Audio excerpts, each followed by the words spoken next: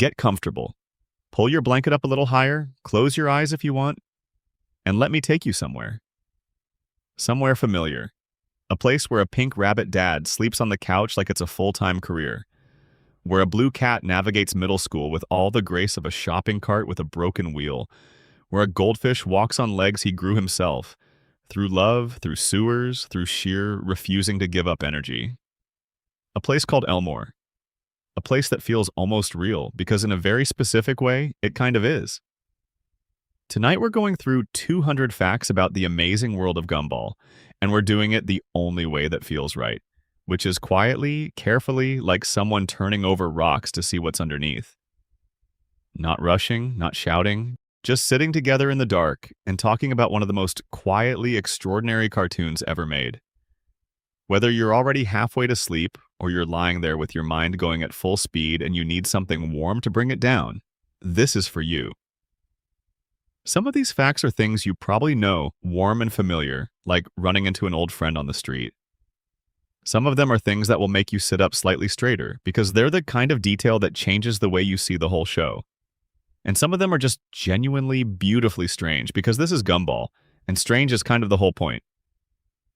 Let's go slowly. There's no rush, the night is long, and Elmore is patient. The first thing you should know, the thing that everything else hangs from, is that the show almost wasn't a show at all. Or rather, it was going to be a very different kind of show, one that probably would have broken a lot of hearts if it had stayed the way it was originally conceived. Fact 1. The Amazing World of Gumball premiered on Cartoon Network on May 3rd, 2011, when a sneak preview episode aired in the United States. The official premiere followed on May 9th, 2011. In the United Kingdom, the show got its sneak peek even earlier, on May 2nd, 2011, one full day before the US preview. From the very beginning, this was a show that existed in two places at once, a British production dreaming of California. Fact 2. The show was created by Ben Bocquelet, a French-born animator who holds dual French and British citizenship. He was born on June 27, 1980, in Paris, France. He studied animation at the École des Métiers du Cinéma d'Animation in Angoulême, France, before moving to London to pursue his career. Fact 3. Before Gumball existed, Bocquelet worked at a London-based studio called Studio AKA, where he spent his time creating characters for advertising pitches. He worked there for roughly 3 years, and in those 3 years he lost pitch after pitch after pitch. Every character he designed with care and thought and genuine love was looked at, considered, and then quietly set aside. He described those years as a time of almost relentless rejection. Fact 4. It was the creative director at Studio AKA who encouraged Bocquelet to apply when Cartoon Network opened a new European development studio in London in 2007. That studio was called Cartoon Network Development Studio Europe, and Bocquelet got a job there. His initial role wasn't even pitching his own work. He was hired to help other people pitch their ideas to the network. Fact 5. The original concept Bocquelet pitched was called Gumball, and it was about a school for rejected cartoon characters. Literally a remedial school where every student was a design that had been turned down, shelved, or abandoned. The premise was a direct reflection of his own experience at Studio AKA. All those characters he'd made for ads that never aired. All those designs that clients had said no to. He wanted to give them somewhere to live. Fact 6. The producers liked the core idea but felt that a show about rejected characters was, and this is a beautiful irony, too sad. Too melancholy for a children's network. So, Bocquelet revised it. He kept the characters but changed the setting from a remedial school to a family sitcom. And that revision, that lightening of the premise while keeping its beating heart, is what became The Amazing World of Gumball. Fact 7. The show was the very first full-length animated series ever produced by Cartoon Network Development Studio Europe. Everything that studio had done before was development work, helping other people. Gumball was the first show they made entirely as their own.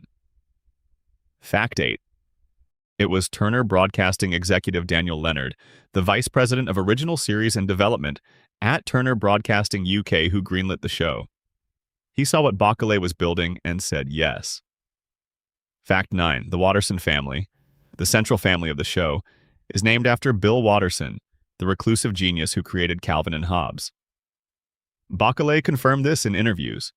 Bill Watterson famously walked away from Calvin and Hobbes at the height of its popularity, rather than merchandise it or let it become something less than what it was. There is something quietly profound in the fact that a show about characters terrified of being forgotten is named after a man who chose to let his creation rest rather than cheapen it. Fact 10. Bacalé named several of the show's main characters after members of his own family. Nicole was named after his mother. Richard was named after his father, whom Bacalé described as a giant man-child, which feels both affectionate and slightly devastating. Aeneas was named after his sister. Gumball, in a sense, represents Bacalé himself. Now, before we go further, I want to take a second to ask something of you. If you're watching this tonight and you're enjoying what you're hearing, drop a comment below and tell me where you are and what time it is. There's something lovely about knowing where all of these voices are listening from. And if you're not already subscribed, now is a good time. It genuinely helps this channel keep going, and there is so much more to talk about. Let's settle deeper into the characters themselves, because these are the ones who live in your memory long after the episodes end. Fact 11. Gumball's full name went through some changes across the show's run. His real name, as revealed in the Season 3 episode The Name, is Zach, or rather Zach Christopher Watterson. The family legally had his name changed to Gumball in that episode after his alternate personality, a cocky and unpleasant version of himself that emerged when the real name was used, began taking over. The show treats this as a metaphor for how identity can be a construct, how the person we are is sometimes a carefully chosen story we tell about ourselves. Fact 12. Gumball was originally designed as a black cat. In the early development stages, the character was meant to embody the idea of an unlucky protagonist, and black cats in European folklore are associated with bad luck. The color was eventually changed to blue, but the symbolic resonance remained. Gumball is, at his core, a character who keeps getting himself into trouble despite genuinely trying to do the right thing. Fact 13. In the earliest test reel of the show, a pilot made before the series was fully greenlit, Gumball was voiced by Nicky Jones, who was at the time best known for voicing the main character in Cartoon Network's Chowder. This very early version of the show had a different feel entirely, and the characters moved and sounded noticeably different from the polished series that eventually aired. Fact 14. In the main series, Gumball went through 4 different voice actors across 6 seasons. Logan Grove voiced the character for seasons 1 and 2, and the beginning of season 3, from the very first episode through an episode called The Kids.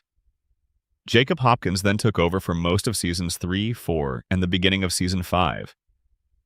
Nicholas Cantu voiced Gumball for the remainder of seasons 5 and 6. For the post-series special, The Gumball Chronicles, a voice actor named Duke Cutler took on the role.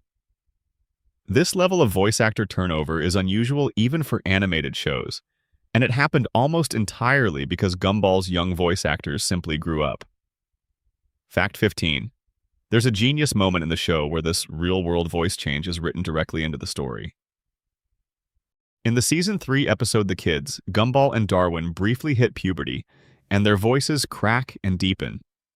Their voices literally change within the episode, transitioning from their original voice actors to new ones. The characters are aware that something is happening. It's one of the most self-aware moments in a show, absolutely full of self-aware moments. Fact 16. Darwin Raglan. Caspian Ahab. Poseidon Nicodemus Watterson III is the full, magnificent name of Gumball's adopted goldfish brother and best friend. He is canonically 10 years old, making him 2 years younger than Gumball, despite often coming across as the more emotionally mature of the two. Fact 17. Darwin was originally just a regular goldfish.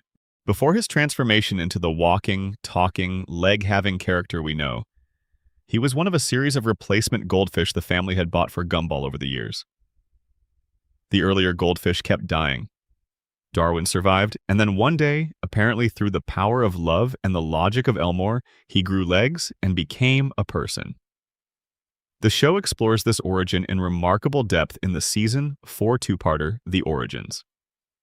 Fact 18. Darwin also went through multiple voice actors. Kwesi Bokye voiced him for the first 3 seasons. Terrell Ransom Jr. then took over and held the role through most of Season 5.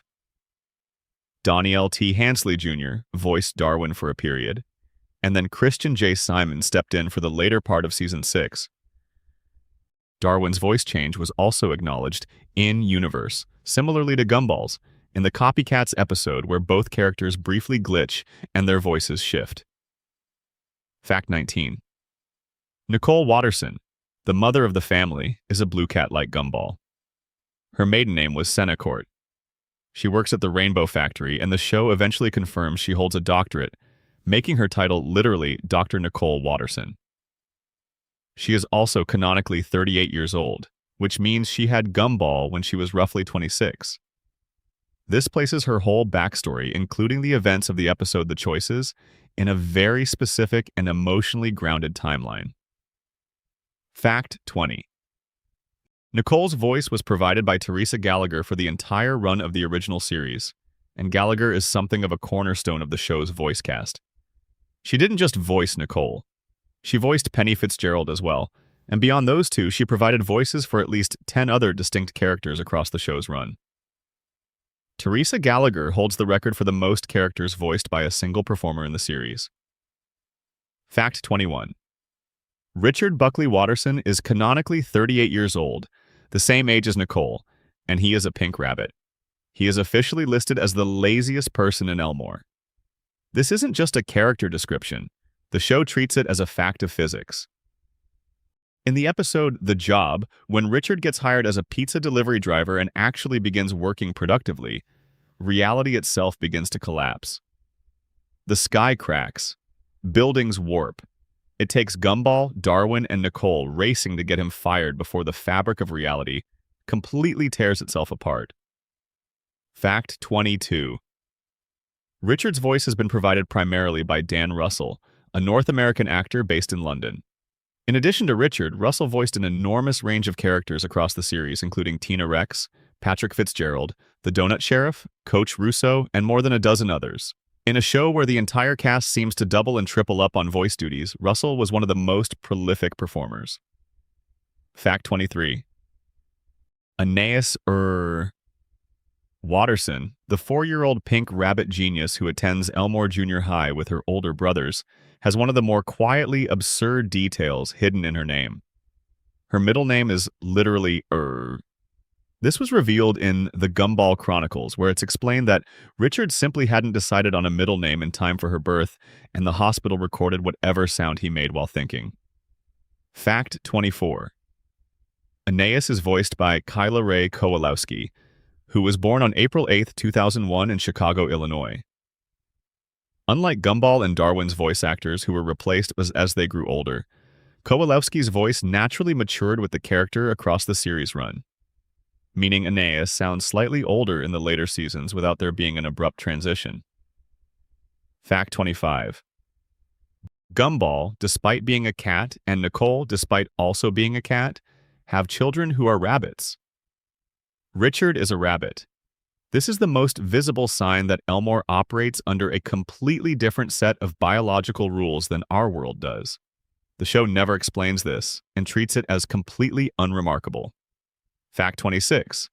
The fictional city of Elmore is based geographically on Vallejo, California. The production team in London photographed real streets, houses, schools, and public spaces in Vallejo and used those photographs as the actual backgrounds for the show. This is why Elmore looks like it could exist. It does exist. You can visit Vallejo and recognize the streets.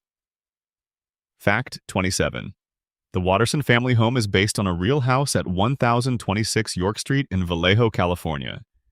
The exterior and surrounding street are real photographs. The inside of the house, where the family lives out all their chaotic domestic comedy, is laid over a literal real-world building. Fact 28.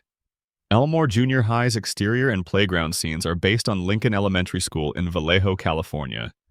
Some exterior shots of the school building are drawn from Abraham Lincoln High School in San Francisco. Fact 29. Despite Elmore being set in California, several of the building interiors and some of the backgrounds were photographed in the United Kingdom, where the show was produced. The production team photographed locations across London and other UK cities.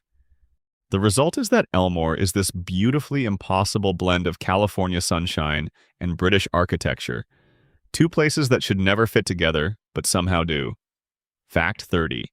The show was produced primarily at a studio called Great Marlborough Productions in Shoreditch, London. The production also involved Irish animation firm Boulder Media in Dublin and Studio Soy in Germany. From the beginning, Gumball was a genuinely international production, with creative and technical work being spread across France, the UK, Germany, and Ireland. Fact 31. Studio Soy handled much of the CGI work, particularly in the early seasons. They set up the technical pipeline for the show's groundbreaking mixture of 2D animation and three-dimensional computer graphics. Starting from Season 2, Studio Soy also took on the work of 2D in-betweening, rendering, and compositing, meaning the look of the show as most people remember. It was significantly shaped by a German studio. Fact 32. The backgrounds of the show were photographed in real locations across both the United States and the United Kingdom, but with one notable addition. At least one background, the interior of the Elmore shopping location, was photographed at an Auchan supermarket in Calais, France. The show quietly contains bits of France, fitting given that its creator is French. Fact 33. Ben Bockley has cited the 1988 film Who Framed Roger Rabbit as a major visual inspiration for the show. He was fascinated by the idea of animated characters living in a tangible physical world, one that you could believe in and want to visit. He specifically said in interviews that he wanted children to believe Elmore was a real place they could go on holiday to. Fact 34. The primary software used for the show's 2D character animation from Season 2 onwards was Toon Boom Harmony. In the first season, the animation pipeline was slightly different, and if you look closely at early episodes, you can see that the character movements are a little more fluid in a different way, slightly more lifelike in some moments, before the series settled into its iconic style. Fact 35. The show's unique visual approach means every single character in Elmore is rendered in a different style. Gumball and Darwin and the Wattersons are 2D drawn characters. Tina Rex is a 3D CGI dinosaur. The Robinsons, the family next door, are designed to look like Muppet-style foam puppets. Idaho, the potato character, is made to resemble claymation. Bobbert the robot is a mix of 2D and 3D. Sussy, who is perhaps the most surreal character on the show, is literally a live-action human chin filmed upside down with googly eyes stuck to it. Fact 36. That visual disunity is intentional and meaningful. It reflects the show's origins as a collection of characters from rejected commercial pitches, each designed in a different style for a different purpose. In Elmore, they've been brought together and forced to coexist. The fact that they don't match aesthetically is part of the point.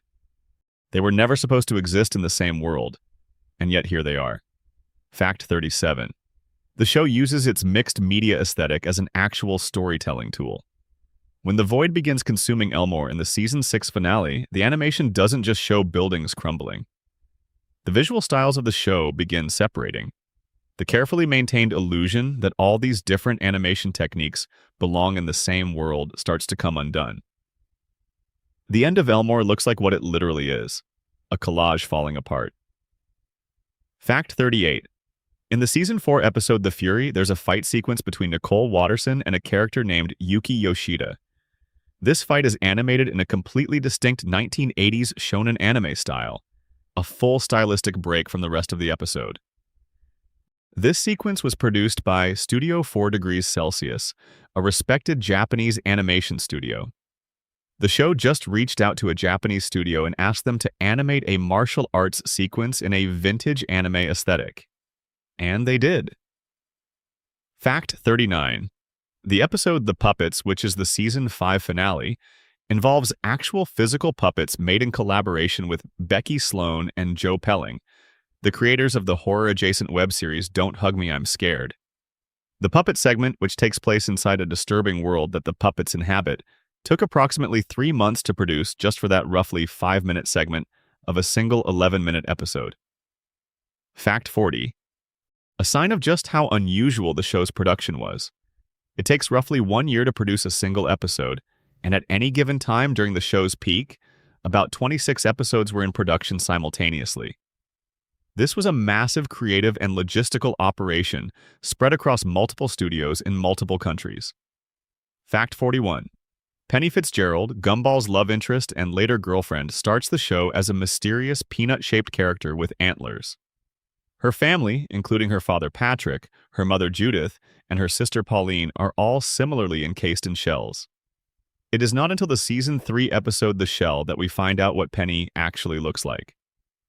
Fact 42. When Penny's shell cracks in the shell, she's revealed to be a shape-shifting fairy. Her true form changes based on how she feels about herself. When she's happy and confident, she becomes a luminous, glowing, winged being, ethereal and beautiful. When she's afraid or full of self-loathing, she transforms into a monstrous creature. She is, literally, the physical embodiment of her own self-image. The show uses this to make one of the most clear-eyed statements about self-perception and the pressure to hide your true nature that has ever appeared in a children's cartoon. Fact 43. Teresa Gallagher voices both Nicole and Penny, among her many other roles in the show. This means the voice of the exhausted, powerful, loving mother and the voice of the gentle, complex girlfriend are the same person, and Gallagher brings genuinely distinct emotional registers to both. Fact 44. Rob, the tall blue Cyclops character who becomes Gumball's nemesis, is introduced in the first 2 seasons as a literal background character. He is visually present in crowd shots and school scenes. He has no story, no development, no lines. He is, by every possible definition, just filling space. Fact 45. The reason Rob was in the background for 2 seasons and then suddenly became central to the show's mythology is one of the most deliberately constructed pieces of storytelling in the series. He was placed in the background intentionally as a setup for what happens in Season 3 so that when the show reveals he was there all along, you can go back and actually spot him. The background character was always going to become the most thematically important character in the show. It just took 2 seasons of invisibility to make the point. Fact 46. In the Season 3 episode The Void, Gumball and Darwin discover a dimension called The Void, which the show describes as a place where the universe sends everything. It considers a mistake, outdated fads, failed products, characters who aren't interesting enough to exist. The Void is a static-filled dimension that erases the things it contains from everyone's memory. No one remembers what was sent there. It's as if it never existed. Fact 47. Rob was sent to the Void before the events of the series, between Seasons 2 and 3, because the universe determined he was an uninteresting background character with no narrative purpose. When Gumball and Darwin enter the Void in the Void to rescue a classmate named Molly, they walk right past Rob without noticing him. He watches them. He tries to get their attention. They leave, and he barely manages to grab hold of the van they escape in. Fact 48. The Void tries to pull Rob back as he escapes. It tears at his body, warps his shape. By the time he makes it back to the real world, he has been physically transformed. His head is now misshapen, polygonal, covered in patches of static. He looks like a cracked television screen. He hides in the Watterson basement for months afterward with amnesia, not knowing who he is or what happened to him. Fact 49. When Gumball and Darwin finally discover him in The Nobody, Rob tells them he is a nobody. He has no place in the world. This is not self-pity. He is stating a fact about how the world of Elmore works. He was literally declared not worth existing by the forces that govern reality. And Gumball and Darwin's response, well-meaning but ultimately thoughtless, is to suggest he reinvent himself as the villain, since all the positive roles are already filled. Fact 50. Rob is voiced by Charles Phillip in most of his appearances. However, during the key villain arc episodes, The Nemesis, The Disaster, and The Rerun, He was voiced by the late David Warner, a classically trained British actor with one of the most recognizable voices in English-language entertainment. Warner brought a genuine theatrical gravitas to Rob that turned a former background character into one of animation's most unexpectedly compelling antagonists. Fact 51. Larry Needlemeyer is the single most economically essential character in all of Elmore. He works at every single business in the city. In the episode The Menu, the show confirms he holds 38 different jobs simultaneously. He makes approximately $7 an hour. At any given moment in Elmore, if you walk into a store, a restaurant, a gas station, or a movie theater, there is a meaningful probability that Larry will be behind the counter. Fact 52. In the episode The Pizza, Larry finally snaps. He quits all 38 jobs at once after the Wattersons disrespect him one too many times. The moment he stops working, Elmore collapses. Stores close. Services stop. The town falls into complete chaos and something approaching apocalyptic disorder. This confirms that Larry Needlemeyer is personally responsible for the continued functioning of Elmore's entire economy. Fact 53. According to the show's lore, Larry used to be the laziest person in Elmore. He held that title until the summer of 1983 when Richard Watterson stole it from him. After losing the title, Larry went the opposite direction, becoming the hardest working person in town. Richard's fundamental nature, his cosmic laziness, didn't just affect himself. It reshaped another person's entire life. Fact 54. Miss Lucy Simeon, the teacher of Elmore Junior High, is described in the show as being 2 million years old. The episode The Ape and others suggest she has been teaching since the literal dawn of humanity, predating agriculture, writing, and civilization itself. She has been a teacher for longer than Homo sapiens has existed as a species, and she has spent every single one of those millions of years deeply, comprehensively, apparently unhappily grading papers. Fact 55. Miss Simeon's relationship with Principal Nigel Brown is one of the show's running relationship dynamics. Brown is her boyfriend, and her affection for him is genuinely evident beneath all her grumpiness. In the episode The Joy, it is ultimately Miss Simeon's love for Brown that provides the emotional anchor of an increasingly horrifying episode. Fact 56. The episode The Joy is the 4th episode of Season 3, and it is by most assessments the most sustained piece of horror ever to appear in a Cartoon Network show. The episode is structured as a full survival horror narrative, referencing films like Resident Evil, 28 Days Later, and Quarantine. It even uses found footage and security camera aesthetics. A joy virus spreads through the school, turning everyone it infects into happiness zombies, grinning, drooling rainbow fluid, arms outstretched, driven by a single compulsion to spread the joy. The episode ends with Miss Simeon herself succumbing, recording a farewell message on the principal's camcorder as rainbow liquid pours from her mouth. Fact 57. The Joy is also the episode that made the show's philosophical nature most explicit. The joy virus is described in the show as weaponized happiness, an infectious, personality-destroying force. The cure is Beethoven's Moonlight Sonata, because the virus feeds on happiness and is neutralized by genuine sadness. In a comedy show explicitly built around the premise of making its audience laugh, the show is telling you that mandatory happiness, that forced joy, is a kind of zombie plague. Real emotional health requires sadness too. Real life requires the Moonlight Sonata sometimes. Fact 58. Carrie Kruger is a ghost. She has been dead for an unspecified but considerable amount of time.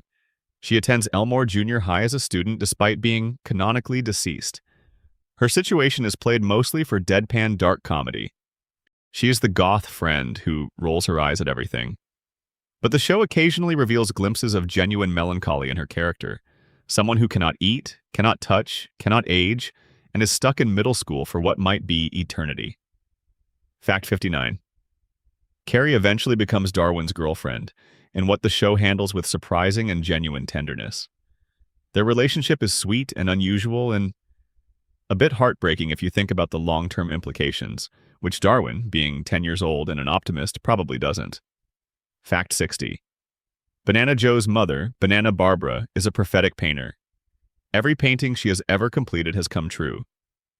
The show presents her as seemingly absent-minded and eccentric, the kind of character who gets lost in Christmas stockings and wanders into Japanese karaoke videos. But she has been quietly, consistently documenting the future of Elmore this entire time. In Season 6, when Rob kidnaps her specifically for this ability, she tries to paint the future and produces nothing but static. "There is no future," she says.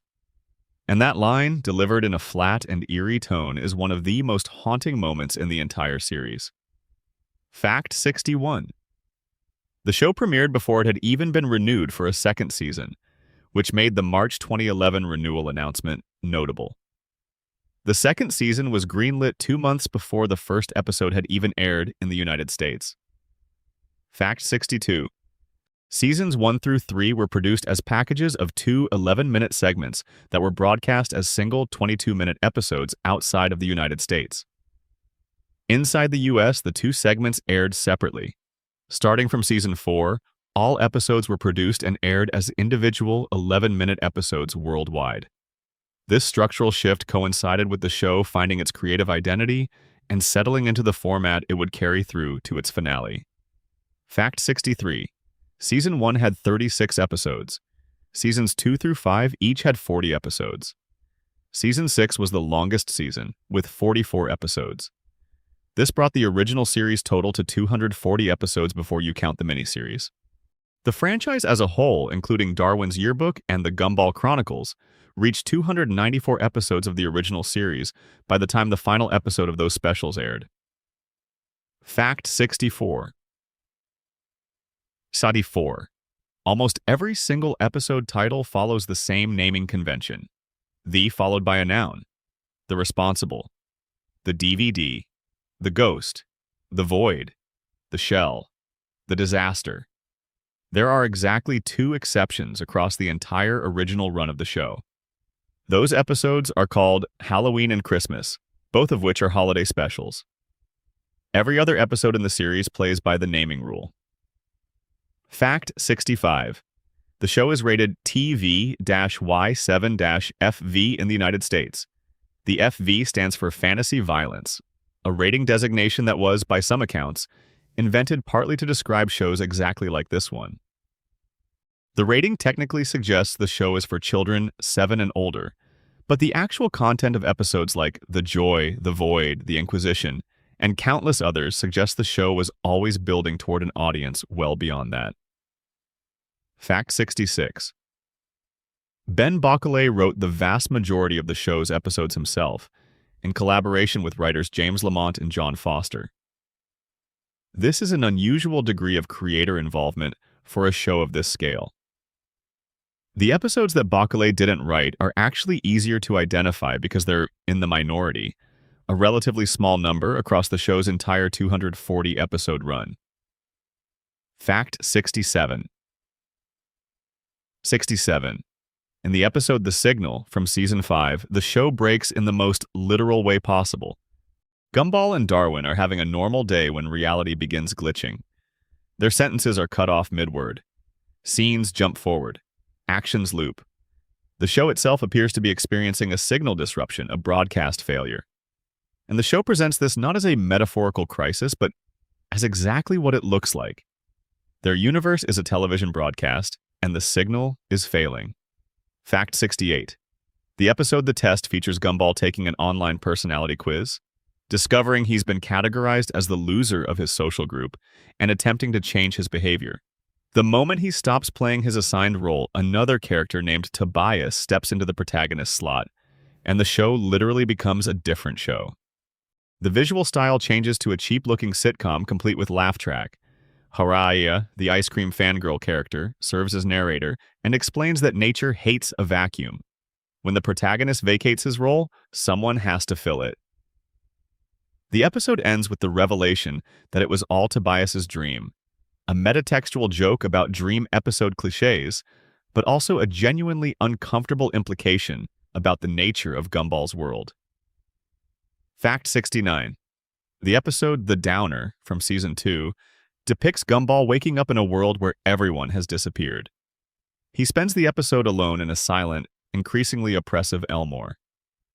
The end of the episode reveals that Gumball has been experiencing a depressive episode and that the emptiness was his depression externalized. The other characters were there all along. He just couldn't feel them. For a children's show, it is one of the most accurate and gentlest depictions of depression in animation. Fact 70. The episode The Others is about Gumball discovering that one of his classmates, a character named Claire Cooper, has her own completely independent storyline happening in the background of his life. She has her own problems, her own emotions, her own story arc, none of which involves him at all. Gumball is genuinely disturbed by this. He spends the episode trying to insert himself into her story. The episode ends with him learning a kind of humility, but the lesson is tinged with anxiety, because in a world where being the protagonist is what keeps you safe, sharing the spotlight feels like an existential threat. Fact 71. The void, the show's central metaphysical concept, is described as the place where the universe sends its mistakes. In the void, we learn that a classmate named Molly Collins was sent there after being deemed too boring to exist. Everyone forgot her completely. Her locker was absorbed into the wall. Her name was erased from everyone's memory. When Gumball and Darwin discover what happened, they can barely even remember who she was themselves. Fact 72. Tabna. The episode The Nobody, which introduces Rob after his escape from the void, contains a line that is one of the show's most quietly devastating. Rob says, "I am a nobody. I have no place in this world. This isn't a cry for help." He's making an accurate, factual statement about his status within the logic of Elmore. He was declared unworthy of existence by the universe itself. He returned to a world that never missed him, looking for any reason to still be here. Fact 73. Rob's arc through the show takes him from background decoration to villain to accidental prophet. By season 6, he has figured out that the void isn't just a garbage dimension for mistakes. It is cancellation. If the show is cancelled, the void consumes Elmore. All of it. Every character, every building, every memory. And Rob knows this, has known it, and has been trying to warn everyone.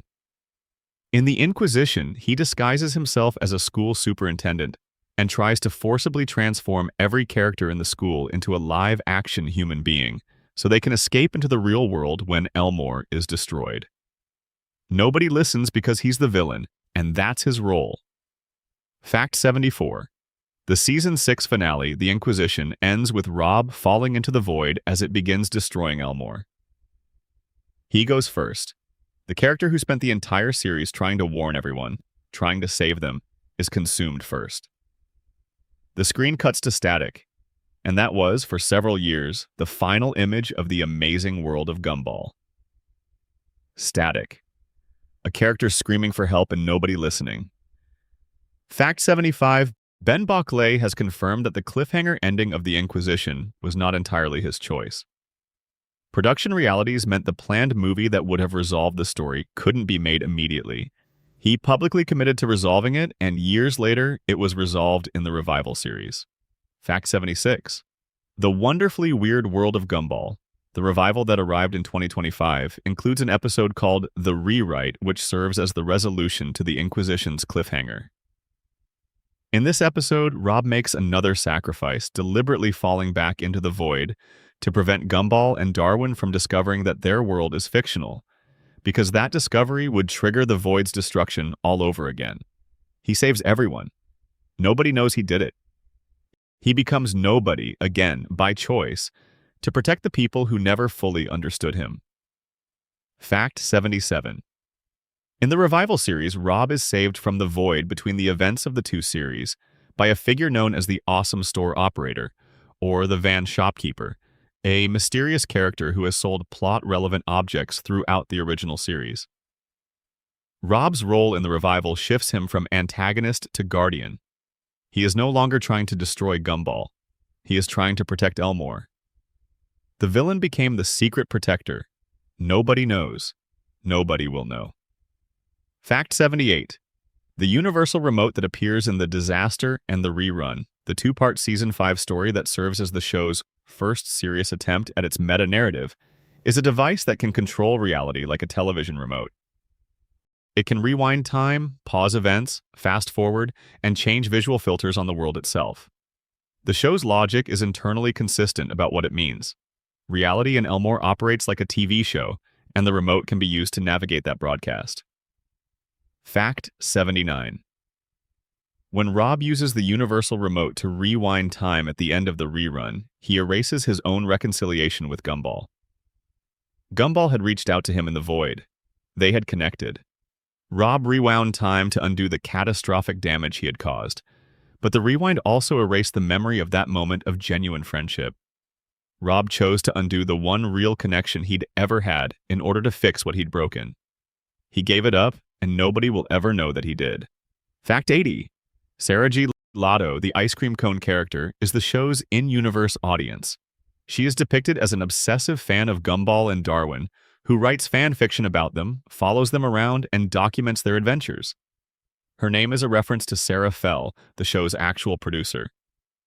By naming the in-universe audience character after the show's own producer, Gumball created one of the most layered, self-referential jokes in its entire run.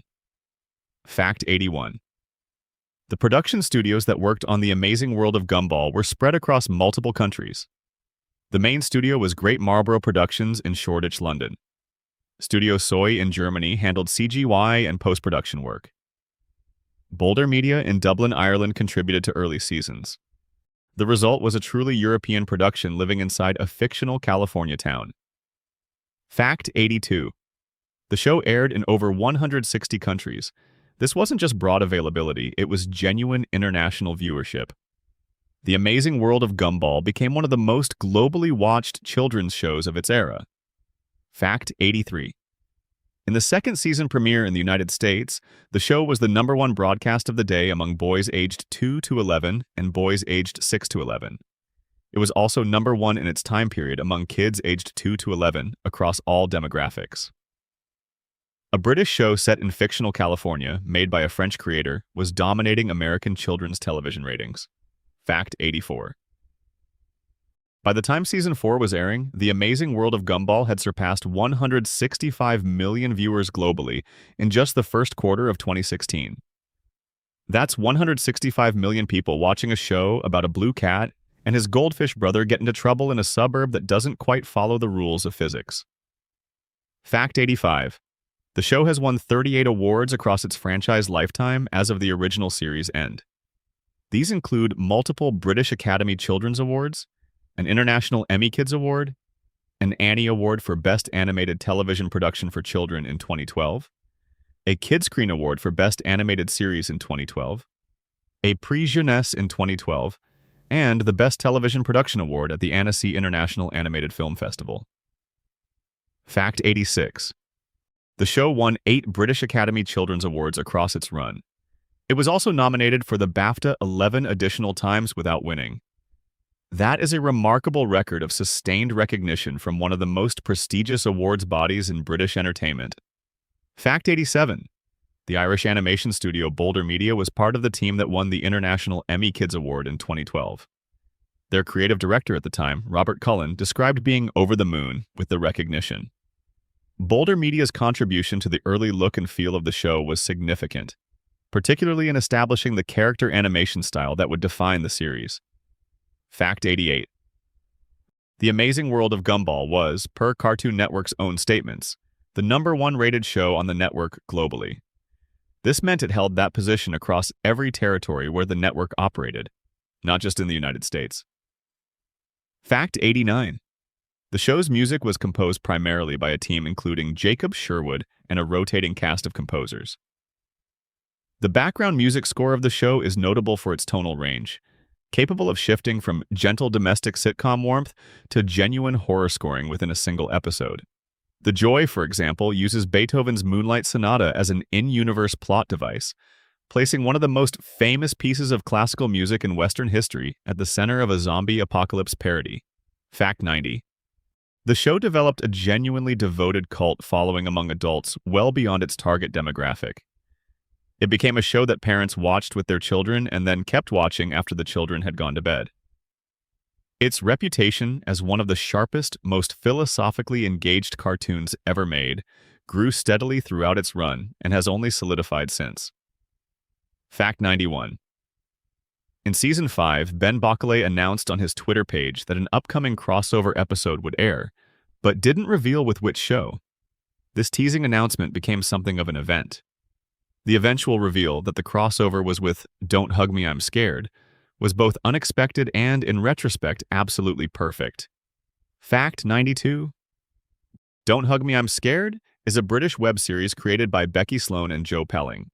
It is styled as a brightly colored educational puppet show for children, complete with cheerful songs and colorful characters. It is not an educational puppet show for children. The episodes are extended horror sequences in which the main characters' minds are warped and broken by their supposed teachers. It is one of the most unsettling pieces of video content ever made, and it is very funny. Fact 93. The episode The Puppets, which is the Season 5 finale, involves Darwin finding old puppet toys in the attic. He becomes obsessed with them. The puppets eventually possess him. Gumball has to enter the puppet world to rescue his brother. The episode transitions from normal Gumball animation to full Don't Hug Me, I'm Scared. Puppet aesthetics for approximately 5 minutes, during which the puppets torture Gumball and Darwin by having them eat bowls of grease and toenails. It is absolutely sincere in its horror homage. Fact 94. The puppet segment of The Puppets took approximately 3 months to produce. This is an extraordinary amount of production time for 5 minutes of content. Becky Sloan and Joe Pelling were directly involved in creating the segment, bringing authentic, Don't Hug Me, I'm Scared energy rather than a mere imitation. Fact 95. After The Puppets aired, a series of 13 short videos called Waiting for Gumball was released online. These shorts expanded on the puppet world established in the episode, focusing on the puppets' interactions with each other and exploring their perspective in more depth. It was a genuinely strange and wonderful piece of bonus content. Fact 96.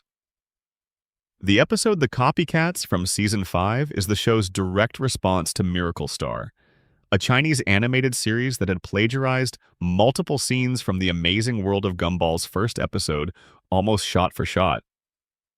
The episode features the Wattersons encountering a Chinese family, Chi-Chi and Ribbit and their parents, who are essentially bootleg versions of the Wattersons and who make money by copying everything the Wattersons do for online videos. The episode is a remarkably direct piece of corporate commentary tucked inside a children's cartoon. Fact 97. Miracle Star was designed to advertise goat milk, which is why the copycat family in the episode are goats. The real Miracle Star also notably excluded an Anais equivalent from their character lineup. The episode addresses this directly with a deliberately bad machine translation of the copycat family's website that reads, "In part, woman no right to celebrate in Republic of People," a sharp comment on China's historical one-child policy and its gender implications. The production team had to consult legal counsel about how similar the episode's designs could be to the actual Miracle Star characters without causing legal complications. Funnily enough, the real Miracle Star's YouTube uploads were later copyright struck by Cartoon Network. Fact 98. The voice change for Gumball and Darwin is written into the copycats in a deeply clever way. The episode ends with the copycat family stopping because there are no more videos to copy. Gumball and Darwin celebrate that they're irreplaceable. Their voices immediately glitch and change to their new voice actors, Nicholas Cantu and Christian J. Simon, respectively. They notice. They are horrified. The show's meta-awareness extends to acknowledging its own recasting. Fact 99. The episode The Boredom featured brief cameos from characters from 3 other Cartoon Network shows: Clarence, Regular Show, and Uncle Grandpa. This was a small acknowledgement of the broader Cartoon Network universe at a time when those shows were all still in production, a friendly wave between creative teams. Fact 100. Gumball also made a cameo appearance in the OKKO Let's Be Heroes special crossover Nexus, alongside characters from multiple other Cartoon Network shows. The episode featured many of the network's animated characters in a shared universe event, and Gumball's inclusion was appropriate given how central the show had become to Cartoon Network's identity. Before we move on, let me just take a moment to remind you that if you're enjoying tonight and you haven't subscribed yet, Now is a perfect moment. Hit that button. Tell me in the comments where you are and what time it is as you listen to this. There's something genuinely lovely about knowing this channel reaches people at all kinds of quiet hours and late nights and early mornings all over the world. You being here is what keeps the signal going. Now, let's keep going. There's a category of Gumball facts that lives somewhere between production trivia and genuine cultural history, the kind of detail that, once you know it, adds texture to every single frame you've already seen. The show was made by real people with real creative frustrations and real ambitions that occasionally ran ahead of what was possible. And those ambitions left marks. Fact 101. The anime fight sequence in The Fury was always intended to be a homage to the animated style of Kill la Kill, the 2013 anime series directed by Hiroyuki Imaishi at Studio Trigger. The production team originally wanted Trigger itself to animate the sequence. They reached out. Trigger was too busy with other projects to accept. The team then approached Studio 4 Degrees Celsius instead, a highly respected Japanese studio responsible for work on projects, including Batman, Gotham Knight, and Berserk. Studio 4 Degrees Celsius delivered something that captured the kinetic energy and visual grammar of 1980s shonen anime, so convincingly that most viewers assume the segment is a direct parody of Dragon Ball. It kind of is. It kind of isn't. It's a parody of a style, an era of animation, channeled through an artistic lineage that the show tracked carefully. Fact 102. The backstory of Nicole and Yuki Yoshida, depicted in The Fury through a manga-style flashback sequence, was illustrated specifically for that episode by character designer Johan Hervo and assistant character designer Mappi Demescent. The production created an entirely distinct visual style, a clean black-and-white manga aesthetic, specifically for a few minutes of narrative flashback in a single 11-minute episode. This is the level of care the show consistently brought to its visual decisions. Fact 103. In The Fury, Nicole's motivation for initially refusing to fight Yuki comes from the fact that when Nicole won their childhood tournament, she inadvertently unleashed a destructive burst of energy from within herself that scared her. She has been suppressing that power ever since, afraid of what she might do if she lets it out fully. When the episode reaches its climax and Nicole finally fights, the result is the anime sequence that burns through the building and presumably several surrounding blocks. Nicole was never afraid of losing to Yuki. She was afraid of what winning might look like. Fact 104. The gag in The Fury, where Gumball claims the fight is going to be rated R for an abundance of outrageous gore, is the exact MPAA rating reason used for the 1992 New Zealand horror comedy Dead Alive, directed by Peter Jackson before he moved into epic fantasy. Gumball's throwaway one-liner contains a specific film reference that functions as a hidden joke for adult viewers who happen to know their cult horror rating history. Fact 105. Yuki Yoshida is Masami's mother, which means the Yoshida family, through the Rainbow Factory connection and through Yuki's history with Nicole, is bound to the Watterson family on multiple levels simultaneously. Masami's wealthy, cloud-based, privileged existence exists in direct parallel to Nicole's stressful, grinding, responsibility-heavy life, and the show is fully aware of this irony. Fact 106. The episode The Choices, which appears in Season 5, is widely regarded by fans and critics as one of the finest episodes not just of Gumball but of any animated show. It depicts the story of Nicole's life from adolescence forward, showing her upbringing under a perfectionist mother and a father with a violent temper, her discovery of karate as a young woman, and the moment she chose Richard over her parents' expectations for her future. It ends with the confirmation that her parents didn't attend her wedding. Fact 107. The visual style of The Choices shifts across different animation aesthetics to reflect different periods of Nicole's life. Young Nicole's story is told in one style. The alternate timelines, the futures she didn't choose, are depicted in others. One alternate timeline shows Nicole as a dictator. Another shows her as a lonely world champion martial artist. The episode is a meditation on how the choices that define us are often the ones we make in moments of fear or love. Not wisdom. Fact 108. Richard's backstory, revealed across various episodes including The Choices, reveals that his mother, Granny Jojo, was smotheringly overprotective and refused to let him develop into an independent adult. His father, Frankie Watterson, was a con artist who abandoned the family. Richard grew up with a mother who treated him as incapable and a father who demonstrated that adults cannot be trusted. His perpetual childlikeness is not laziness, or at least not only laziness. It is what happens when someone is never given the tools they need to grow up. Fact 109. The episode The Hero is about Gumball and Darwin accidentally letting Richard overhear them calling him useless. He's devastated. The episode is about the boys realizing that Richard's apparent uselessness, his constant loving presence, his willingness to be the butt of the joke, his cheerful acceptance of his own limitations, is actually his most important contribution to the family. He is the soft place to land. He is the parent who makes home feel safe to fail in. Fact 110. The episode The Authority features Granny Jojo visiting and attempting to impose her overprotective parenting style on Gumball, Darwin, and Aeneas. She wraps everything in bubble wrap. She puts helmets on the children. She turns the house into a padded cell. Nicole and Richard have to work together to push back. The episode's weight comes from the fact that Jojo is doing exactly what she did to Richard, repeating the cycle. And Richard's resistance to it is one of the most quietly heroic moments in the show. He knows what it did to him. He won't let it happen to his children. Fact 111. The episode The Parents in Season 4 involves Gumball and Darwin arranging a reconciliation between Nicole and her parents. It doesn't go well. The old wounds reopen, the old arguments return. Nicole eventually admits she was better off without them in her life. And her parents, in a moment that is both sweet and heartbreaking, admit that they missed her. Missing someone and actually changing are not the same thing. The show knows this and says it clearly. Fact 112. The episode The Money from Season 6 is the show's most direct engagement with the economics of television production. When the Watterson family runs out of money, the show itself begins to visually degrade. Product placements appear mid-conversation. The animation quality drops.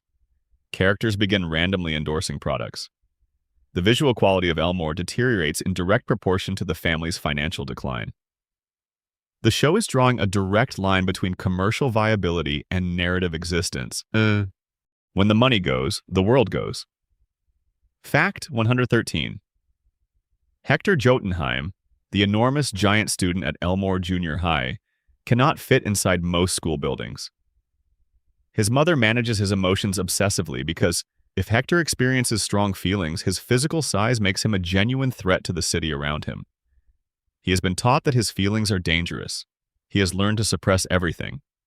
He is the show's most direct metaphor for the message that gets told to children who are considered too much, too loud, too intense. The Colossus, the episode focused on him, is surprisingly affecting. Fact 114. Tobias Wilson, the rainbow-colored humanoid who serves as one of the show's minor antagonists, is the character most explicitly defined by his desperation to be the protagonist. He wants to be the hero. He wants to be popular. He wants the girl and the adventure and the recognition. And the universe keeps refusing to give it to him. In the test, when he briefly does become the protagonist, the results are dismal, and the show gently but clearly makes the point that Tobias doesn't have the depth or complexity to carry a story. He is a side character. He will always be a side character. That's sad and funny in equal measure. Fact 115. Clayton, the shape-shifting clay character, is a compulsive liar. He changes his appearance and his story constantly.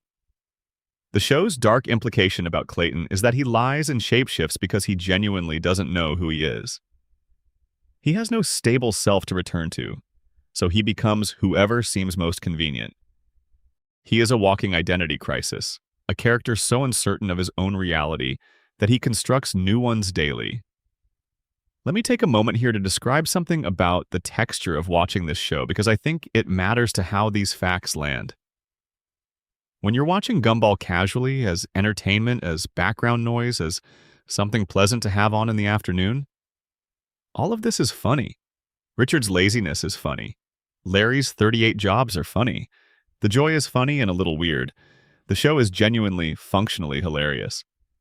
But when you're watching Gumball at the kind of hour that this kind of video is made for, when the room is quiet and the darkness is thick and your brain has that particular nighttime quality of being both very tired and very awake, the jokes start to feel like something else.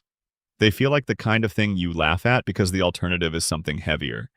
They feel like the jokes that people make when they're scared, when they're tired, when they've been carrying something for a long time, and they've learned that the lightest way to put that weight down is to make it funny first. Ben Bacalé made a show for all the hours. That's one of the most remarkable things about it. Fact 116. The episode The Void, which introduces the concept that the universe has a quality control dimension where it sends its mistakes, is also notable for a very specific piece of production trivia. Floating in the void, visible in the background, is the CGI model of Darwin that was used in the show's very first pilot reel before the series was properly greenlit. The old rejected version of Darwin is literally in the dimension where rejected things go. That is an extraordinarily layered piece of self-referential detail. Fact 117. The Void also contains, visible to sharp-eyed viewers, a prototype of the Watterson house that was rejected early in the show's development. The universe's trash dimension is, in the show's own internal logic, full of the show's own discarded development materials.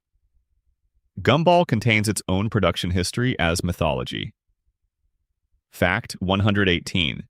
The pilot reel, the early reel, showed Gumball and Darwin as visually quite different characters. The proportions were different, the movement was different, the tone was slightly different.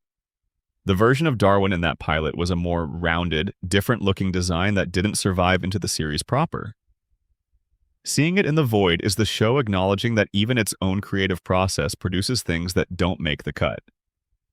Fact 119. Molly Collins, the character who was sent to the Void for being boring, returns in Season 5 in the episode The Stories. In this episode, Gumball and Darwin attempt to help her improve her storytelling because her stories are so profoundly dull that they cause physical pain to listen to.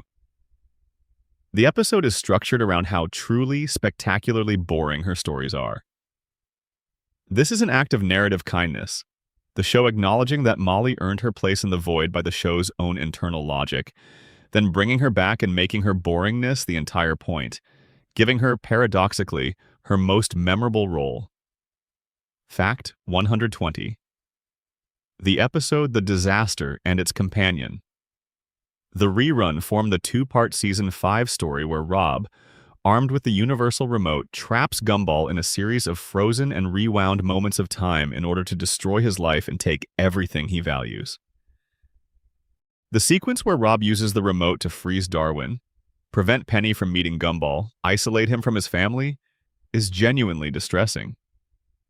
The show doesn't hold back from depicting what it would look like to watch your life be systematically dismantled by someone who has decided that your unhappiness is the price of their existence. Fact 121. The reconciliation scene in the rerun, where Gumball and Rob have a genuine moment of understanding in the void before the time rewind erases it, is one of the most understated emotional moments in the series. Rob explains why he did everything. Gumball reaches out with real empathy. And then the rewind happens, and neither of them will remember it. The show frames this with very little musical sentiment. No swelling score, no dramatic lighting, just two characters in the static, saying something true to each other, and then the moment being taken away. Fact 122.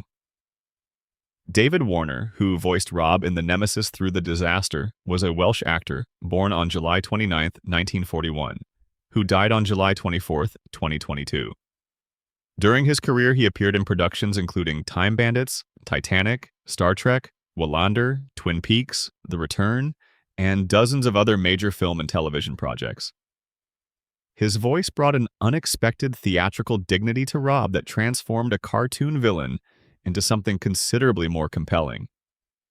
Fact 123, but The contrast between Rob's two main voice actors is itself a story. Charles Phillip voices him as a background character, then as a confused and wounded nobody after the void, with a voice that sounds genuinely young and lost. David Warner voices him as the villain, and the gravitas is unmistakable. When Rob reverts to Philip's voice after the disaster arc, it's a symbolic return to who he was before the villainy. Younger, less sure of himself, still searching. Fact 124. The episode The Nobody, which reintroduces Rob after his time hiding in the Watterson basement, includes a moment where he asks Gumball and Darwin to help him find a purpose in the world. Their response, which is offered genuinely and carelessly, is to suggest he become the villain, since all the other roles are taken. This is the show's most explicit statement about the way narrative shapes identity. Rob doesn't choose to be a villain because he's evil. He chooses it because the structure of the story leaves him no other option with any narrative weight. Fact 125. The episode The Nemesis, in which Rob officially takes on the role of Gumball's nemesis, includes a running gag where his attempts at villainy are so half-hearted and incompetent that Gumball keeps trying to help him be a better bad guy. The show uses comedy to underline the tragedy. Rob is a person who has been told to be evil, who doesn't want to be evil, who is bad at being evil, trying to perform a role the world assigned him because the alternative is oblivion. Fact 126. The episode The Void also contains, among the universe's discarded mistakes, references to real-world cultural artifacts that were sent to the cultural trash heap of their time. This includes references to things like oversized internet memes, outdated advertising mascots, and the general atmosphere of things that were briefly everywhere and then completely forgotten. The Void is simultaneously a metaphorical dimension and a satirical graveyard of cultural ephemera. Fact 127. The show's approach to continuity is unusual for a cartoon. Most episodic animated shows treat each episode as a completely separate, self-contained story with no binding continuity. Gumball maintains genuine continuity across seasons, with character relationships developing, plot lines carrying forward, and past events being referenced and built upon. Rob's arc is only possible because the show remembers what happened to him 2 seasons ago. Fact 128. The episode The Oracle introduces Banana Barbara's prophetic ability in a way that initially seems like a charming one-off joke. She paints scenes from what turns out to be Gumball's day. The episode ends with Anais asking the question that the show never fully answers. Would any of this have happened if we hadn't seen the painting? The implication is that knowing the future may cause it, that prophecy and determinism are the same thing, that seeing a thing wills it into existence. Anais is 4 years old when she asks this. The show doesn't slow down for you to process it. Fact 129. In the later seasons, Banana Barbara's prophetic ability takes on much darker weight. Rob kidnaps her in Season 6 specifically because he knows she can see the future, and he needs to know what's coming. When she tries to paint what's coming and produces only static, the implication is that she has tried this before and gotten the same result. She has been painting static for some time. She has known the future ends in oblivion, and she has been making breakfast and letting Banana Joe tell jokes and wearing her bow on her head to keep herself from peeling apart, living with knowledge that would destroy most people and somehow continuing to be present for her family every day. Fact 130. The bow on Banana Barbara's head is not a fashion choice. The show confirms it is a physical necessity. Without it, she would literally peel apart. She suffered a breakdown at her workplace years ago that changed her, gave her prophetic abilities, and left her structurally fragile. The bow is how she stays together. She wears her mental health necessity visibly and matter-of-factly, the way a person might wear a brace or carry medication. The show gives her this detail without making it the punchline. Fact 131. The episode The Painting contains a detail that becomes more significant in retrospect. When the school tries to understand what Anais has painted, they initially misinterpret it completely. Anais's self-expression is clear to her and opaque to everyone around her. This is a pattern for her across the series. She understands things that nobody else does. She sees connections that other characters miss. And she is 4 years old, so nobody takes her seriously, and she is often right, and nobody knows she was right. Fact 132.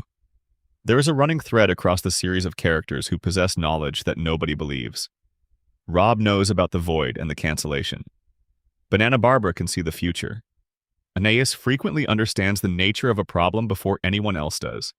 The show is populated with Cassandra figures, people who can see clearly and who are ignored because of their role, their age, or their apparent credibility. Fact 133. The episode The Flakers involves a snowflake character who begins to doubt her own uniqueness, which the show uses to explore questions about individuality and identity with more gentleness than you might expect from a premise about a literal snowflake. The show frequently uses its abstract and surreal character designs to approach emotional subjects from angles that more realistically designed characters would struggle to reach. Fact 134. The episode The Grades involves Anais being placed in an appropriate grade level for her age rather than the advanced level she currently occupies with Gumball and Darwin.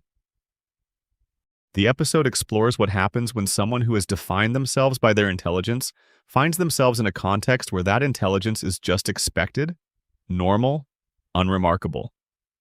Anaïs's identity crisis in that episode is small and real and completely believable. Fact 135.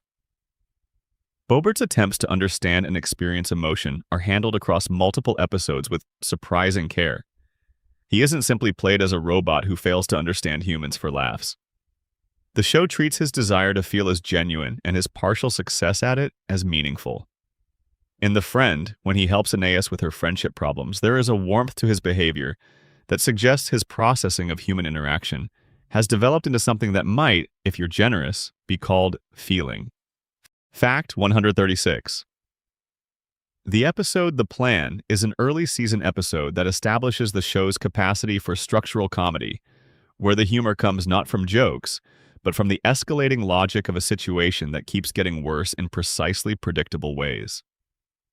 This structural approach to comedy, where you can see the disaster coming and the show makes you watch it arrive anyway, became one of the show's most reliable tools across its run. Fact 137. In the episode The Internet, the show depicts the internet as a literal being, a character, a place you can visit. This personification of abstract technology as a physical space is consistent with how the show handles most of its metaphors. Abstract concepts in Elmore tend to take on physical form. Ideas become things. Feelings become weather. The internet becomes a place where you can go and get lost. That's Elmore logic, and it is, frankly, not entirely wrong as metaphors go. Fact 138. The episode The Procrastinators is an extended meditation on delay, distraction, and the particular kind of suffering that comes from knowing you have to do something and choosing not to do it. It is deeply relatable, which is part of why it functions so well as comedy. The show understands that the most effective humor about human behavior is the kind where you recognize yourself in the thing being depicted. Fact 139. The episode The Treasure involves the Watterson family discovering their financial situation is worse than they thought. It is one of several episodes that treats the family's poverty as a real and present condition, rather than just a setup for jokes. The show acknowledges throughout its run that the Wattersons are not wealthy, that Nicole works hard for a salary that barely covers their expenses, and that financial stress is part of the texture of their lives. Fact 140. The episode The Gripes involves Gumball and Darwin attempting to make the world aware of their petty complaints, which escalates into a meditation on legitimate grievance versus manufactured suffering. The show regularly engages with the question of when it's valid to complain and when self-pity becomes its own problem. These are not questions most children's programming addresses at all. Fact 141. The show occasionally features entire episodes structured around unusual formal constraints.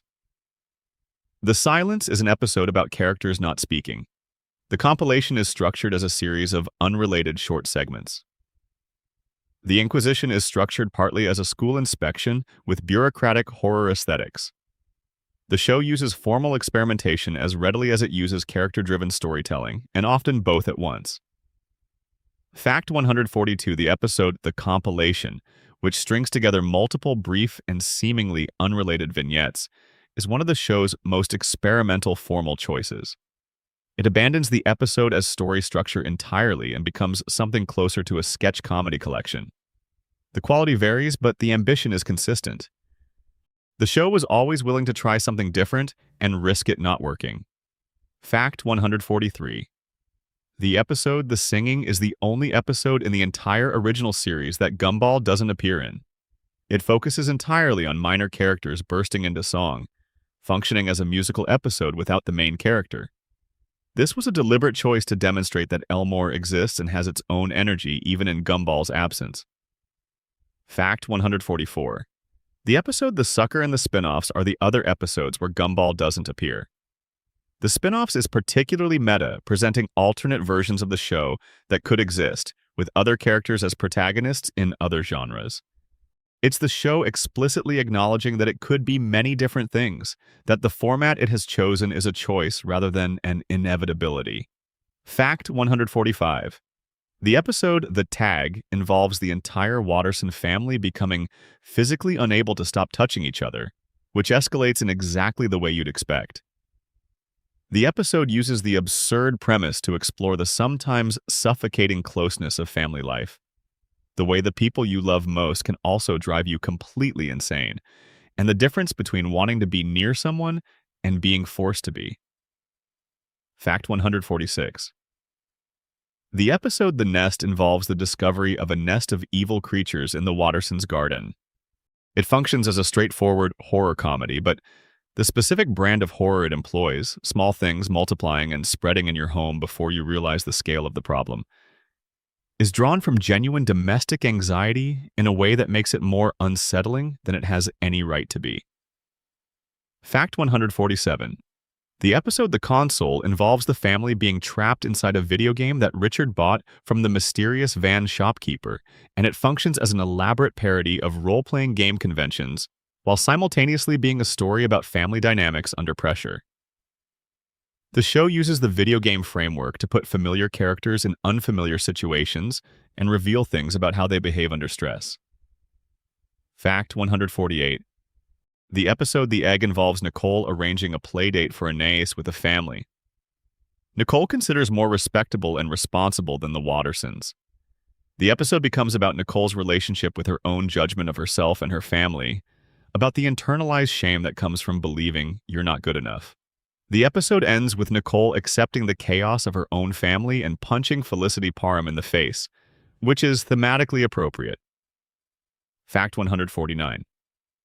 The episode The Oracle is the episode that establishes the importance of Banana Barbera's paintings and introduces the question of whether prophecy creates the events it predicts. It is also the episode that most directly establishes Anais as the philosophical voice of the show, asking the question nobody else thinks to ask, sitting with its implications in a way no other character does. Fact 150.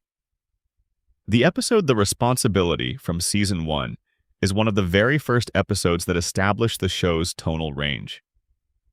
Within its brief runtime, it establishes Nicole's superhuman competence and capacity for violence, Richard's absolutely devastating incompetence, and the dynamic between Gumball and Darwin as partners in chaos with genuinely good intentions. First episodes that do that much characterization work in 11 minutes are rarer than they should be.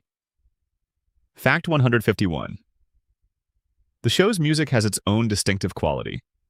Background cues in the show range from gentle, warm domestic music that sounds like a mild-mannered sitcom, through increasingly strange ambient sequences, all the way to the genuinely unsettling atmospheric sound design that underlies the void, the joy, and the inquisition.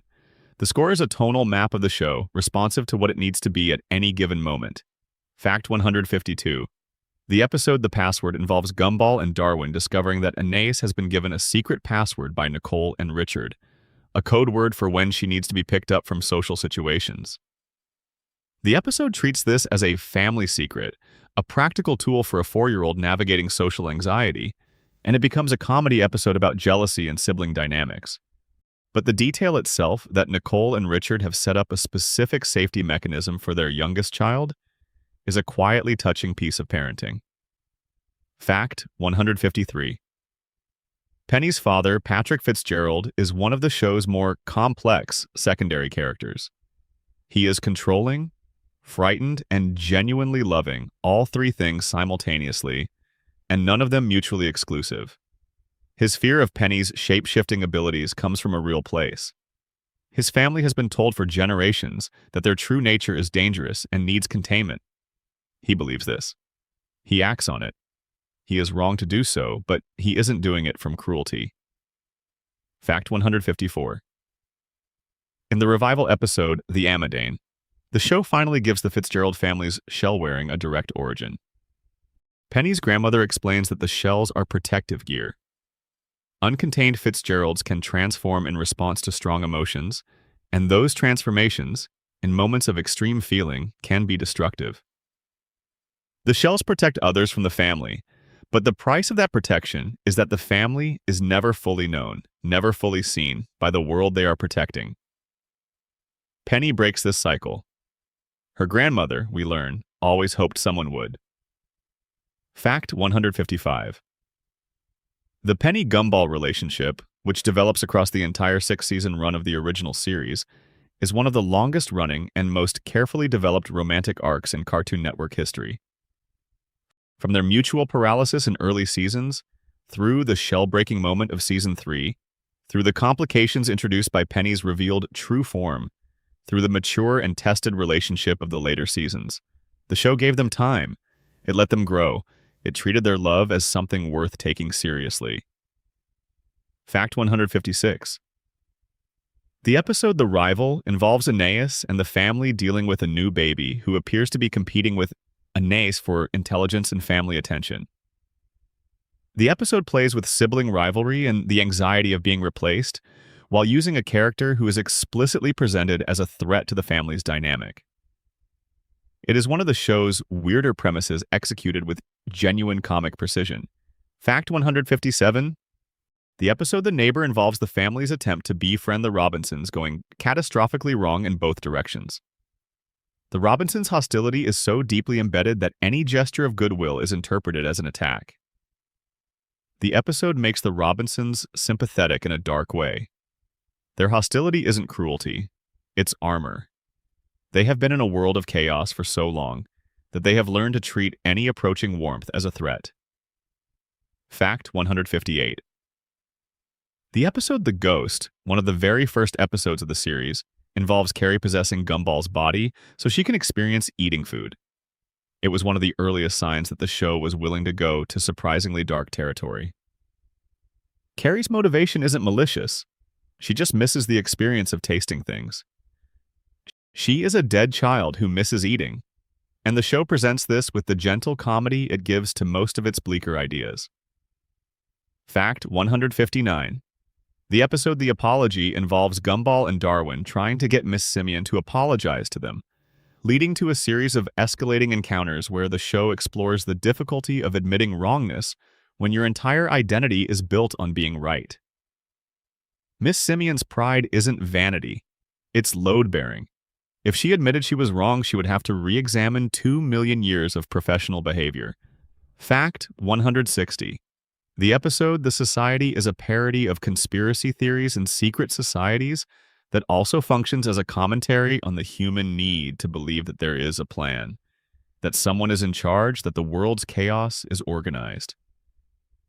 The show's own lore, in which the Void and the show's meta-reality represent a kind of cosmic structure governing Elmore, makes this episode particularly resonant. The characters seek structure because structure is all that stands between them and meaninglessness. Fact 161. The episode The Boredom, despite its cameos from other Cartoon Network shows, is primarily an experiment in what the show looks like when nothing happens. Gumball and Darwin spend their day trying and failing to find entertainment, encountering a series of increasingly absurd situations that lead nowhere. The episode is deliberately anticlimactic. It earns its title, and in earning it, it becomes funnier than most episodes with conventional climaxes. Fact 162. The episode The Matchmaker is the episode in which Carrie and Darwin's feelings for each other become official. The show handles this with genuine tenderness, giving these two characters, one of whom is dead and one of whom is a goldfish who grew legs, a love story that is small and awkward and sweet. The Matchmaker is one of the show's warmest episodes, notable for what it doesn't do, which is turn the relationship into a gimmick. Fact 163. The Watterson family's car is a recurring presence in the show and a subtle indicator of the family's financial situation. The car is visually battered across the series. In the Fury, it gets destroyed by Yuki and appears in the next scene held together with what appears to be determination and habit. In various other episodes, it breaks down, gets damaged, and requires intervention. It is not a symbol of prosperity. Fact 164. The show's relationship to its own merchandise and commercial existence is complicated, and the show itself acknowledges this. Multiple episodes make jokes about or directly engage with the idea of characters wanting to be made into plush toys, spin-off shows, or branded products. Rob famously says he wanted to be the cute sidekick who gets his own plush toy and eventually his own spin-off show. The show is aware that its characters exist in a commercial context and finds it both funny and slightly troubling. Fact 165. The episode The Third, which focuses on Gumball's jealousy when Darwin finds a potential new best friend, is one of the most emotionally honest explorations of friendship anxiety in the show. Gumball's fear that Darwin might prefer someone else is rooted in genuine love and genuine insecurity, and the show doesn't mock it. It takes the feeling seriously while also pointing out that love and control are different things. Fact 166. The episode The Transformation is a Season 6 episode focusing on Penny's family and the question of the shells in more depth. It depicts a Fitzgerald family argument about whether the shells are protective or repressive, giving voice to both sides without resolving it cleanly. This refusal to offer easy answers on a complicated family disagreement is characteristic of the show's maturity.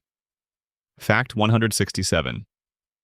The episode The Deal involves Nicole and Richard attempting to negotiate an equitable distribution of domestic responsibilities, which rapidly becomes an extended meditation on the invisible labor of running a household and the gap between how much work is being done and how much credit each person feels they receive.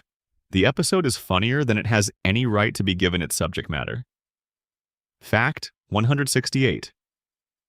The episode The Safety escalates from Darwin, reading internet safety guides, to Darwin trying to protect everyone in Elmore from every conceivable danger, which leads to him attempting to bubble wrap the entire city.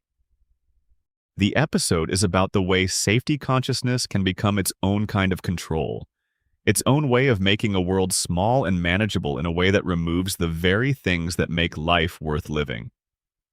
Fact 169. The episode The X deals with Gumball coping with the fact that his ex-girlfriend, a character from a very early episode, has moved on and is apparently happy. The show addresses jealousy with characteristic precision, acknowledging that wanting someone to be miserable after a relationship ends is both understandable and deeply unreasonable, and that the two things can coexist in a person simultaneously. Fact 170. The episode The Ollie confirms that Gumball is excellent at skateboarding. However, this skill only manifests when nobody's watching him. The moment he has an audience, he loses the ability entirely. The show uses this as a comedy premise while also making a genuine observation about performance anxiety and the relationship between competence and observation. Fact 171. The episode The Blame involves a moral panic about a video game causing real-world violence, which the show handles with its typical refusal to be simple. The episode takes the video game violence debate seriously enough to have actual arguments on both sides, presented by characters who believe them, before the premise escalates into genuine absurdity. It's a satirical episode that respects its subject enough to argue with it. Fact 172. In the episode The Disaster, Rob uses the universal remote in a sequence that gradually removes everything Gumball values from his life. His friendship with Darwin, his relationship with Penny, his family's safety, his sense of who he is. The episode depicts psychological dismantling with a precision that makes the comedy around it feel darker than purely comic episodes. This is what the show can do when it commits to both humor and horror simultaneously. Fact 173. The episode The Gift from earlier in the series is about the difference between giving someone what they want and giving someone what they need. It's a premise the show uses to explore kindness as a form of attention. The idea that truly understanding what a person needs requires actually paying attention to who they are. The episode is warm without being saccharine. Fact 174. The episode The Vacation involves the family taking a trip that spirals into disaster in classic Watterson fashion.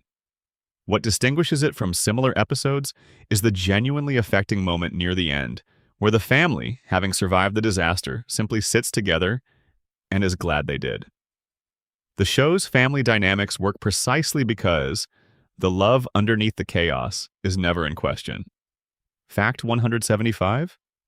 The episode The Countdown is structured around a literal countdown that the family keeps interrupting and resetting.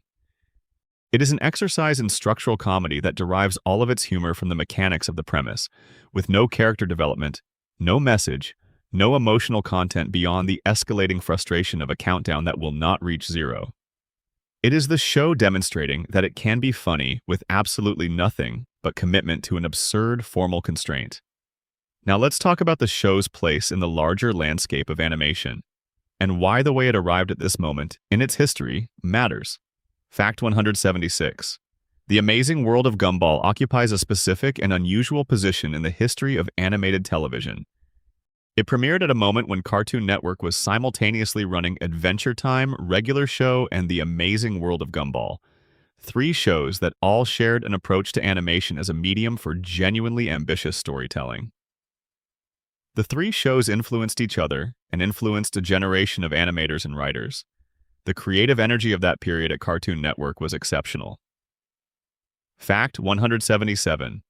Where Adventure Time leaned into epic fantasy and Regular Show leaned into slice-of-life surrealism with musical aesthetics, Gumball leaned into the suburban family sitcom and the deconstructed meta-narrative.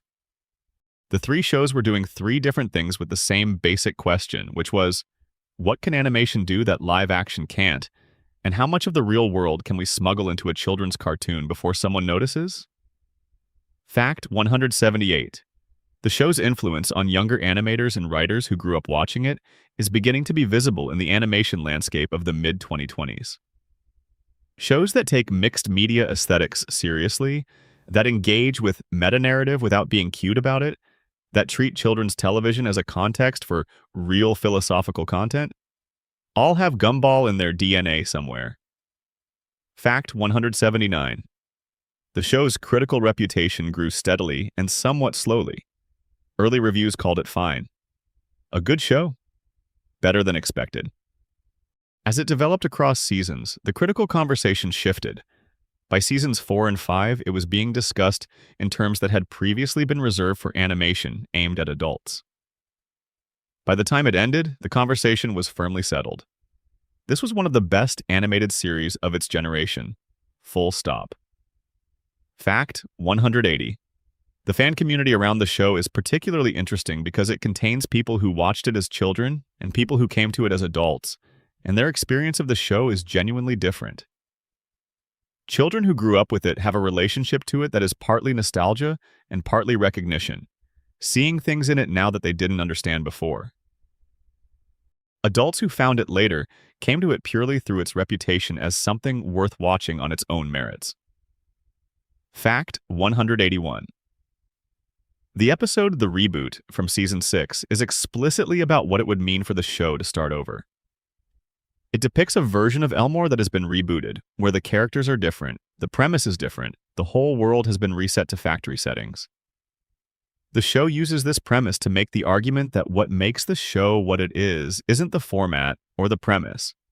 It's the specific characters, with their specific histories and relationships, and the specific weight of everything they've been through. Fact 182. The episode The Spin-Offs, as mentioned earlier, presents multiple alternative versions of the show.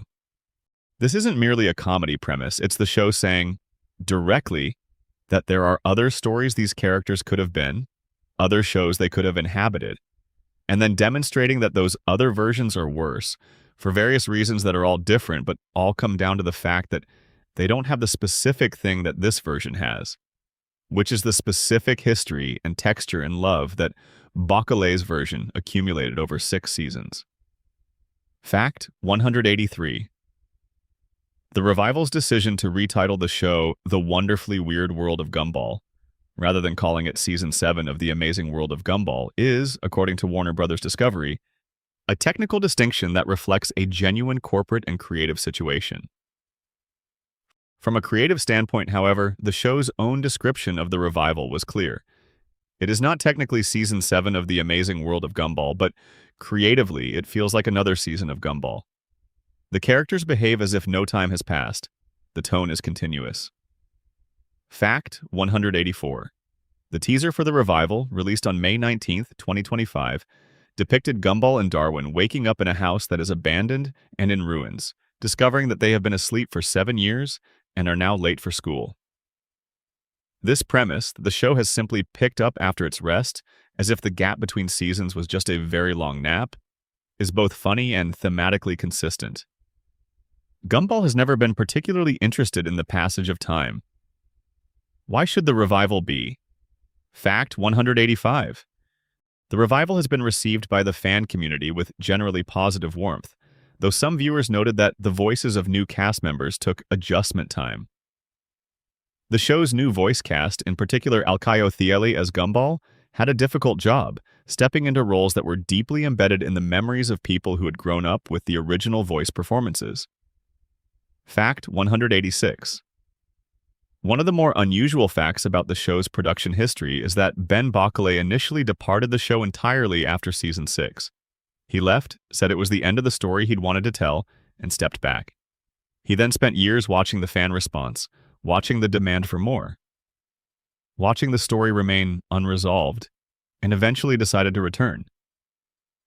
The revival is partly a commercial decision by Warner Brothers, and partly a personal one by a creator who found he wasn't quite finished. Fact 187. The decision to produce the revival for Hulu rather than for Cartoon Network as a traditional broadcast product reflects how dramatically the television landscape changed between 2011 and 2025. The original series was a broadcast children's television show first, with streaming availability added later. The revival is, in a significant sense, a streaming show first. This isn't just a distribution detail, it affects how episodes are produced, paced, and consumed. Fact 188. The announcement of a third and fourth season of The Wonderfully Weird World of Gumball, made in December 2025, arrived before the second batch of revival episodes had even premiered internationally. This suggests a confidence in the franchise's commercial trajectory that is notable. The show isn't being renewed on the basis of viewership numbers for the second season. It's being renewed on the expectation that those numbers will be there.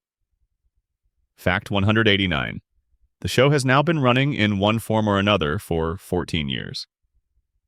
From its premiere on May 9, 2011 to the present day in April 2026, The Amazing World of Gumball has been part of the animated television landscape in a way that very few shows achieve.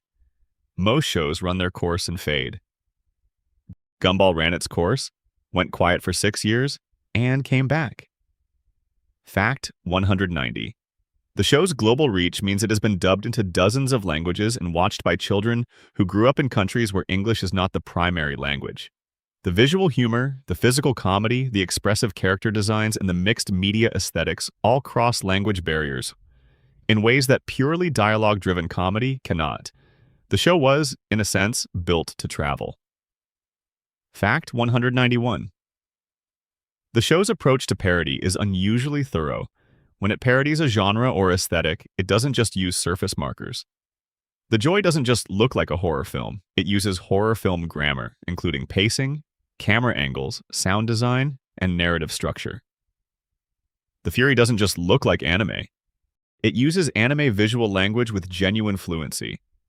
The show's parodies work because the show understood what it was parodying at the level of form, not just appearance. Fact 192. The show's use of internet humor and meme culture is particularly interesting in retrospect. Some of the references it made in its early seasons have dated, as internet culture moves faster than any other cultural form.